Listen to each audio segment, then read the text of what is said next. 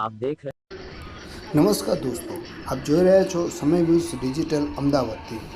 આપ જાણો છો કે અત્યારના ગણેશ મહોત્સવ ચાલી રહ્યો છે।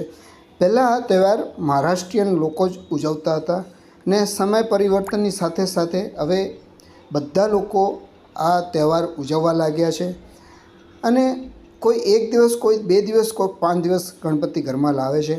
આ સુનિલ સોસાયટી મણિનગરમાં 5 દિવસ માટે ગણેશજી ઘરમાં લાવ્યા હતા, સોસાયટીમાં લાવ્યા હતા અને ત્યારબાદ એમને પોતાની સોસાયટીમાં જ ગણપતિનું વિસર્જન કર્યું। એટલે હવે લોકો વિસર્જન કરવા માટે તળાવમાં, નદીમાં કે સાબરમતીમાં નથી જતા, પોતાના ઘરમાં જ મોટો કુંડ બનાવે છે, મોટું તપેલું લાવે છે, માટીની મૂર્તિ લાવે છે ઇકો ફ્રેન્ડલી, અને એનું જે વિસર્જન છે શ્રી ગણેશજીનું એ પોતાના ઘર આંગણે જ કરે છે અને પછી એ પાણી જે હોય છે એ પવિત્ર જે જળ વહેતું નદી હોય એમાં અથવા પોતાના ઘરે પ્રસાદી રૂપમાં આપે છે અને એ રીતે એનું કામ કરે, પ્રસાદી આપે છે।